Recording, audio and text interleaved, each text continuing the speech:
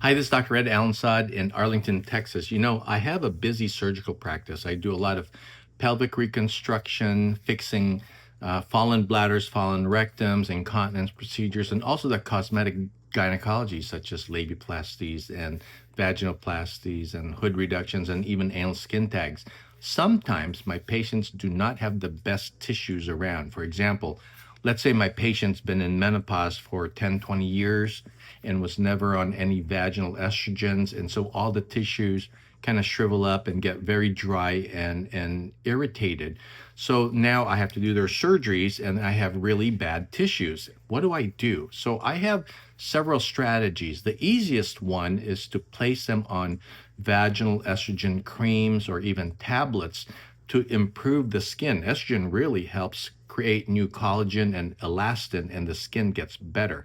I also use carboxytherapy. I have a gel called CO2 Lift V for vaginal tissues, and it's placed in the vagina and on the outside, and over 5 to 10 days, it's like rocket fuel that improves the skin. When I combine that with estrogen, it's fantastic.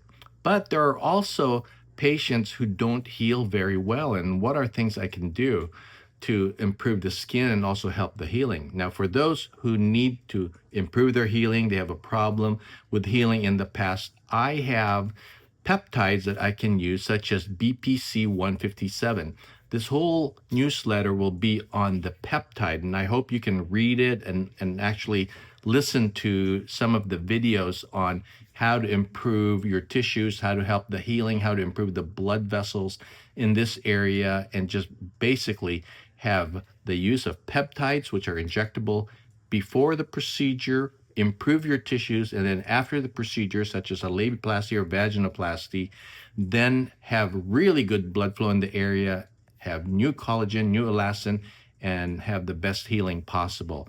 So listen to the video below and read the article a little bit and learn a little bit about BPC-157 peptides. This is the first of several peptide we're going to discuss in the next month.